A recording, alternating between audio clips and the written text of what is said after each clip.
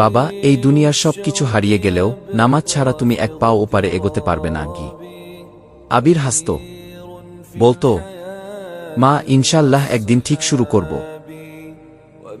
একদিন এক বিকেলে মা চা নিয়ে এসে আর ডাকলেন না। ঘরের ভেতর এক নিস্তব্ধতা। আবির দরজা খুলে দেখল মা কিবলার দিকে মুখ করে চুপচাপ শুয়ে আছেন, আর উঠবেন না কখনো। সেই প্রথম সে কান্নায় ভেঙে পড়ে। কবরের পাশে দাঁড়িয়ে যখন শেষ মাটি ছুঁড়ে দিচ্ছে, তখন মসজিদের মিনার থেকে আজানের ধ্বনি ভেসে এল। আবির থেমে গেল, চোখ মুছে তাকিয়ে বলল, এই তো মা, আজ থেকে আর দেরি করব না। তোমার ডাক এবার বুঝলাম কি। সেদিনই সে প্রথমবার মসজিদের প্রথম কাতারে দাঁড়াল, কাঁদতে কাঁদতে সেজদায় পড়ে বলল, হে আল্লাহ, দেরি করে ফেলেছি, কিন্তু আসতে দাও এবার তোর দরজায় গু। এই গল্পের বার্তা, জীবনের শত ব্যস্ততার মাঝেও নামাজ ছেড়ে দেবার কোনো অজুহাত নেই।